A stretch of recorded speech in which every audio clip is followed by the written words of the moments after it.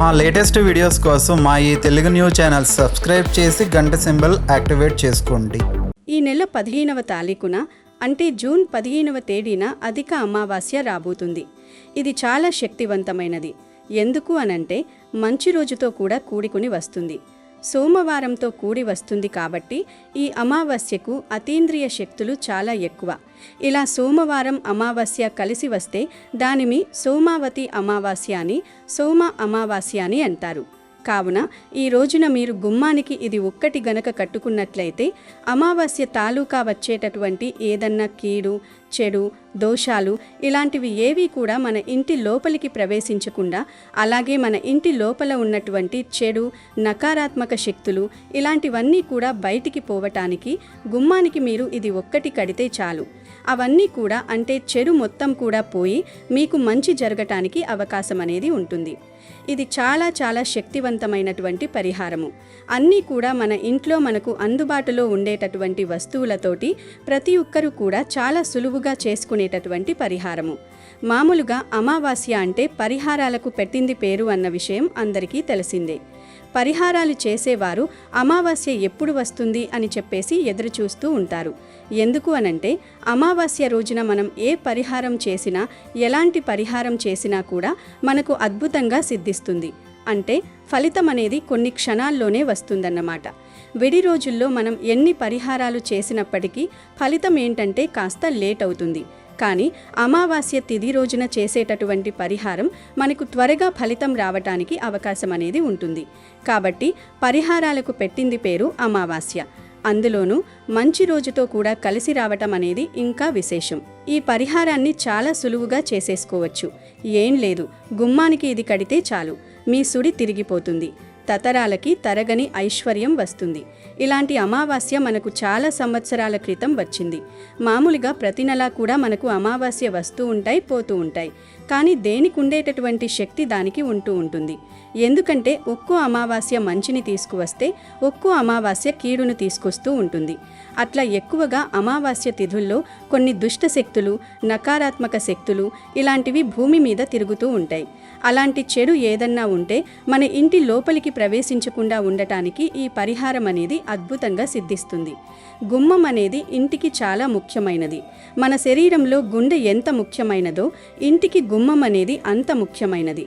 ఎందుకంటే మంచి ప్రవేశించాలన్నా, చెడు ప్రవేశించాలన్నా మనకు ఆ ఇంటి గుమ్మం లోపలి నుంచే లోపలికి రావాలి. కాబట్టి ఇంటి గుమ్మం అనేది అంత ప్రధాన పాత్ర పోషిస్తుంది. ఇప్పుడు మనకి ఇంటికి వచ్చేటప్పటికి 4-5 గుమ్మాలుంటాయి. అన్ని గుమ్మాలకి ఇది కట్టుకోవలసిన పని లేదు. మనకు మెయిన్ గుమ్మం అంటే సింహద్వారం అంటారు చూడండి, ఒక్కొక్కలకు తూర్పు వాకిళ్ళు ఉంటాయి, ఒక్కొక్కరికి ఉత్తరం వాకిళ్ళు ఉంటాయి. అలా మెయిన్ గుమ్మం దగ్గర మనం ఈ మూటను కట్టేసుకుంటే సరిపోతుంది. ప్రతి ఇంటింటికి కూడా కొన్ని సమస్యలు ఉంటాయి. భర్త మాట వినటం లేదను, లేకపోతే భర్త సంపాదన సరిగ్గా ఉండట్లేదు, డబ్బు పరంగా అసలు కలిసి రావట్లేదు, డబ్బు ఎన్ని సంపాదించినా కూడా డబ్బు నీటికిలాగా ఖర్చు అయిపోతుంది, ఇల్లు వాస్తు బాగోలేదు, ఇంటి పరంగా కలిసి రావట్లేదు, ఇలా చెప్పుకుంటూ పోతే చాలా సమస్యలు ఉంటాయన్నమాట. అలాంటి వాటన్నిటికీ కూడా చక్కగా మీరు ఈ పరిహారం చేసుకుని తేలికగా ఫలితం అనేది పొందొచ్చు. మరి ఇంతకీ ఈ అమావాస్య రోజు గుమ్మానికి ఏం కట్టాలి అనే విషయాన్ని ఇప్పుడు వీడియోలో చాలా వివరంగా తెలుసుకుందాం. ఫ్రెండ్స్, అంతకన్నా ముందు మీకు చిన్న రిక్వెస్ట్ ఏమిటంటే దయచేసి వీడియోని పూర్తిగా చివరి వరకు చూడండి. అప్పుడే మీకు మంచి ఏంటి, చెడు ఏంటి అనేది ఇంకా చాలా గొప్ప విషయాలు తెలిసేటటువంటి అవకాశం ఉంటుంది. అలాగే మన వీడియోకి ఒక చిన్న లైక్ ఇచ్చి జై శ్రీరామ్ అని కామెంట్ పెట్టి మాకు సపోర్ట్ చేయండి. ఈ అమావాస్య సోమవారంతో కలిసి వచ్చింది కనుక దీనిని సోమవతి అమావాస్య అని పిలుస్తారు. అన్ని అమావాస్యల కంటే ఈ సోమవతి అమావాస్య చాలా శక్తివంతమైనది. ఎందుకంటే సోమవారం అంటే శివునికి చాలా ఇష్టమైన రోజు కాబట్టి సోమవారం వచ్చే అమావాస్య చాలా శక్తివంతమైనది. ఈ సోమవతి అమావాస్య అంటే ఆ పరమేశ్వరునికి చాలా ప్రీతికరమైనది. కాబట్టి ఈ సోమవారం రోజున ప్రతి ఒక్కరూ ఇంట్లో పూజ చేసుకోవడానికి ప్రయత్నించండి. శివలింగం ఉంటే ఇంట్లోనే అభిషేకం చేయండి. ఈ రోజున చేసే శివ పూజల వల్ల మీ ఇంటికి అఖండ రాజయోగం ప్రాప్తిస్తుంది. మీ ఇంటిపై శివుని ఆశీర్వాదం ఉంటుంది. ఈశాన్య మూలను ఈశ్వరుని దిశగా పరిగణిస్తారు కాబట్టి ఈ అమావాస్య రోజున సాయంత్రం సమయంలో మీ ఇంట్లో ఉన్న ఈశాన్య దిశలో ఆవు నెయ్యితో ఒక దీపాన్ని వెలిగించండి. ఇలా చేయడం వల్ల ముక్కోటి దేవతలందరూ సంతోషిస్తారు. ముఖ్యంగా ఈ సోమవతి అమావాస్య రోజున ఆ పరమేశ్వరుడు ముక్కోటి దేవతలతో కలిసి శివాలయంలో నివసిస్తాడు. కాబట్టి ఇంతటి పవిత్రమైన రోజున శివాలయానికి వెళ్ళి శివునికి అభిషేకం చేస్తే కోటి రెట్ల పుణ్య ఫలితం లభిస్తుంది. డబ్బు సమస్యలతో ఇబ్బంది పడేవారు ఈ అమావాస్య నాడు చెరుకు రసంతో శివునికి అభిషేకం చేస్తే మంచి ఫలితం ఉంటుంది. ఆవు పాలతో అభిషేకం చేస్తే మీ ఇంట్లో కష్టాలు లేకుండా ఎప్పుడూ సుఖసంతోషాలే ఉంటాయి. ఈ సోమవతి అమావాస్య రోజున ప్రతి ఒక్కరూ ఉప్పుతో దిష్టి తీసుకోవాలి. ఈ అమావాస్య రోజున దిష్టి తీసుకుంటే మీపై ఉన్న చెడు దృష్టి మొత్తం తొలగిపోతుంది. జాతక దోషాలన్నీ తొలగిపోతాయి. ఈ సోమవతి అమావాస్య రోజున మీ ఇంటి ముందు ఒక గుమ్మడికాయని కట్టుకోండి. గుమ్మడికాయ అంటే మహాలక్ష్మి స్వరూపం. ఏ ఇంటి ముందు అయితే గుమ్మడికాయ ఉంటుందో ఆ ఇంట్లో కష్టాలే ఉండవు. అమావాస్య రోజున గుమ్మడికాయ కట్టుకుంటే మీ ఇంటికి చాలా మంచి జరుగుతుంది. మీ ఇంటికి ఒక గుమ్మడికాయను తెచ్చుకుని దానికి గంధం రాసి కుంకుమ బొట్లు పెట్టి మీ ఇంటి ముందు కట్టి ధూపం వేయండి. గుమ్మడికాయ కట్టలేని వారు కలబంద ముక్కను కట్టుకోండి. అలాగే ఈ అమావాస్య రోజున ప్రతి ఒక్కరూ మీ కాలికి నల్లదారం కట్టుకోండి. అమావాస్య రోజున నల్లదారం కట్టుకుంటే మీపై నరదిష్టి పడకుండా మీరు చేసే పనిలో ఎలాంటి అడ్డంకులు లేకుండా ఉంటాయి. చాలామంది మేము పోయిన నెల అమావాస్యకి కాలికి నల్లదారం కట్టాము కదా, ఇప్పుడు మళ్ళీ కట్టాలా అని అడుగుతూ ఉంటారు. మీరు కాలికి కట్టిన నల్లదారం పవర్ నెల రోజులలో పోతుంది కనుక నెల నెల ప్రతి అమావాస్యకి నల్లదారాన్ని తీసేసి ఏదైనా చెట్టు మీద పడేసి మళ్ళీ కట్టుకుంటే మంచిది. దిష్టి తగలకుండా ఉంటుంది. ఎప్పుడో ఒక్కసారి వచ్చే ఈ సోమవతి అమావాస్య రోజున కొన్ని పనులు చేయడం వల్ల జన్మజన్మల దరిద్రాలన్నీ తొలగిపోయి అఖండ ఐశ్వర్యం ప్రాప్తిస్తుందని, అన్ని కష్టాల నుంచి బయటపడవచ్చని పండితులు చెబుతున్నారు. అదే కొన్ని తప్పులు చేస్తే మాత్రం జీవితాంతం దరిద్రం వెంటాడుతుందట. కాబట్టి ఈ సోమవతి అమావాస్య రోజు మీరు చేసే ప్రతి పనిలో జాగ్రత్త వహించడం చాలా ముఖ్యం. ఈ అమావాస్య రోజున గోళ్లు కత్తిరించుకోవడం, జుట్టు కత్తిరించుకోవడం చేయకూడదు. అలాగే తులసి ఆకులను తుంచకూడదు. అమావాస్య నాడు దేవుని పటాలను శుభ్రం చేయకూడదు. ఈ సోమవతి అమావాస్య రోజున మహిళలందరూ రావి చెట్టుకి 108 ప్రదక్షిణలు చేస్తే మీ కుటుంబంలో ఎలాంటి సమస్యలు లేకుండా ఉంటాయి. ఈ అమావాస్య రోజున ఇంట్లో ఉన్న ప్రతి ఒక్కరూ ఖచ్చితంగా తలస్నానం చేయాలి. ఎందుకంటే మన మీద పడే చెడు దృష్టి అంతా మన తల వెంట్రుకలకు అతుక్కుని ఉంటుంది. కాబట్టి ప్రతి అమావాస్య రోజున ఖచ్చితంగా తలస్నానం చేయాలి. అది కూడా షాంపూలేమీ లేకుండా చేయాలి. లేకపోతే మిమ్మల్ని దరిద్రం వెంటాడుతుంది. ముఖ్యంగా ఈ అమావాస్య నాడు తలకు నూనె పెట్టుకోకూడదు. నూనె అంటే శనిదేవుని స్వరూపం కాబట్టి ఈ రోజున తలకు నూనె పెట్టుకుంటే అష్టమ శని దోషాలు వెంటాడుతాయి. అలాగే ఈ అమావాస్య రోజున భార్యాభర్తలిద్దరూ శారీరక సంభోగానికి దూరంగా ఉండాలి. ఎందుకంటే ఈ సమయంలో దుష్ట శక్తులు సంచరిస్తూ ఉంటాయి. కాబట్టి అమావాస్య నాడు కలయికతో బిడ్డ జన్మిస్తే శారీరక వైకల్యంతో జన్మించవచ్చు. అమావాస్య నాడు మాంసం తినడం మానుకోండి. ఈ రోజున మాంసాహారం తింటే అనారోగ్య సమస్యలు ఏర్పడతాయి. అలాగే బియ్యం, కందిపప్పు, గోధుమలను ఈరోజు కొనకూడదు. అలాగే ఈ అమావాస్య నాడు మీ వాకిలిని శుభ్రం చేసుకొని కల్లాపి చల్లి ఉంచాలి. అంతేకాని ఇంటి ముందు మాత్రం ముగ్గు వేయకండి. అమావాస్య రోజున ఇంటి ముందు ముగ్గు ఉంటే దుష్ట శక్తులు మీ ఇంట్లోకి అడుగు పెడతాయి. కాబట్టి అమావాస్య నాడు ఇంటి ముందు ముగ్గు వేయకండి. అలాగే ఈ అమావాస్య రోజున ఏదైనా అమ్మవారి ఆలయానికి వెళ్ళి పెరుగన్నం నైవేద్యంగా పెడితే మీ కష్టాలన్నీ తీరిపోతాయి. ఏ ఇంట్లో అయితే ఎప్పుడూ డబ్బు సమస్యలు ఉంటాయో అలాంటి వారు ఈ అమావాస్య నాడు అమ్మవారికి నిమ్మకాయ దండలు సమర్పించినా, గుడిలో రాహుకాలంలో నిమ్మకాయ దీపం వెలిగించినా మీ ఇంట్లో డబ్బు కష్టాలు లేకుండా ఉంటాయి. రావి చెట్టులో విష్ణుదేవుడు కొలువై ఉంటాడు కాబట్టి ఈ అమావాస్య రోజున మీ ఇంటి గుమ్మానికి రావి ఆకులను కడితే మీ ఇంట్లో ఉన్న దుష్టశక్తులన్నీ తొలగిపోయి ముక్కోటి దేవతలు మీ ఇంట్లోకి అడుగు పెడతారు. అమావాస్య రోజున ఎక్కువగా దుష్టశక్తులు సంచరిస్తూ ఉంటాయి కాబట్టి ఈ అమావాస్య సాయంత్రం సమయంలో పిల్లలను బయటకు తీసుకురాకూడదు. ఈ అమావాస్య నాడు చీమలకు పంచదారను ఆహారంగా వేయండి. ఇలా చేస్తే మీ పూర్వీకుల ఆశీర్వాదం మీ ఇంటిపై ఉంటుంది. ఇక పరిహారం విషయంలోకొస్తే మనకి ఒక్కొక్కసారి మన ఇంటి పరంగా అసలు కలిసి రాదు. అంటే ఇంట్లో ఎప్పుడూ కూడా గొడవలు, భార్యాభర్తల మధ్య గొడవలు అవ్వచ్చు. అలాగే పిల్లలకి ఎప్పుడూ కూడా తరచుగా అనారోగ్య సమస్యలు, డబ్బు అనేది నిలవదు. ఎంత సంపాదించినా కూడా డబ్బు నీటిలాగా ఖర్చయిపోతూ ఉంటుంది. అప్పుడు అసలు ఏం చేయాలో కూడా అర్థం కాక సమస్యలతో సతమతమైపోతూ ఉంటాము. అలాంటివన్నీ కూడా అంటే ఇంటి పరంగా, మన పరంగా ఏదన్నా దోషాలు కానీ సమస్యలు కానీ ఉన్నా కూడా పోవటానికి మీరు గుమ్మానికి ఇది కట్టడం వల్ల మీ సమస్యకి పూర్తిగా పరిష్కారం అనేది దొరుకుతుంది.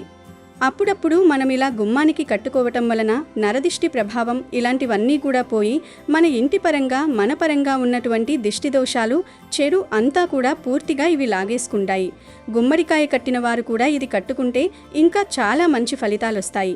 ఎందుకంటే మనం ఈ మూటలో కట్టేటటువంటి ప్రతిదీ కూడా ఎంతో పవిత్రమైనది, చాలా పవర్ఫుల్ అయినటువంటి వస్తువులన్నమాట. కాబట్టి ఈ మూట చెడును తీసేసి మంచిని తీసుకురావటానికి చాలా శక్తివంతంగా పనిచేస్తుంది. మీరు ఈ అమావాస్య రోజు సాయంత్రం సంధ్యా సమయంలో ఈ పరిహారం చేసుకోవచ్చు. అంటే ఆ రోజు అంతా కూడా మంచిదే. ఆ రోజు ఈ టైం ఆ టైం అని లేదు. అంటే మనకు అమావాస్య కాబట్టి ఆ రోజు అంతా ఉదయం 12 గంటల నుండి రాత్రి 12 గంటల లోపు వరకు మనం కట్టుకోవచ్చు.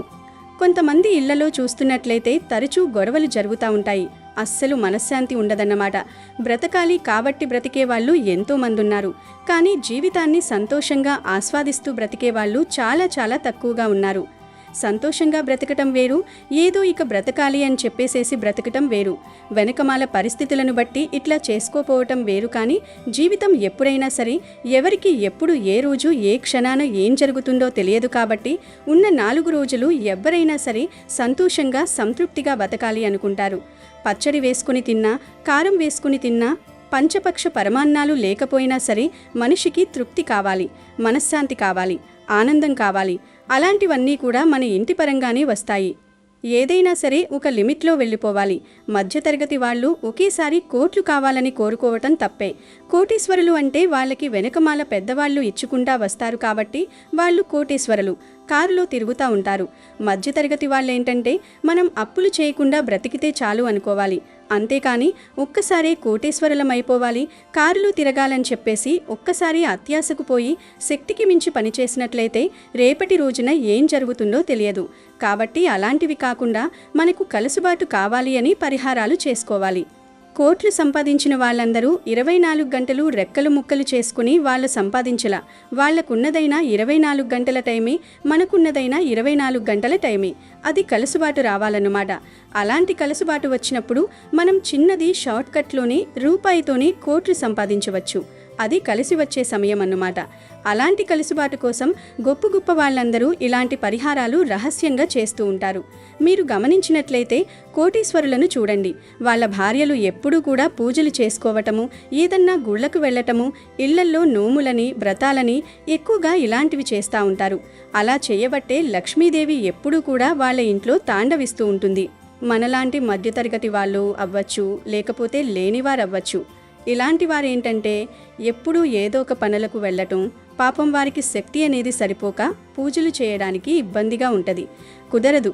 బయట చేసి ఇంట్లో చేయాలంటే ఎవ్వరికైనా ఇబ్బందిగానే ఉంటుంది.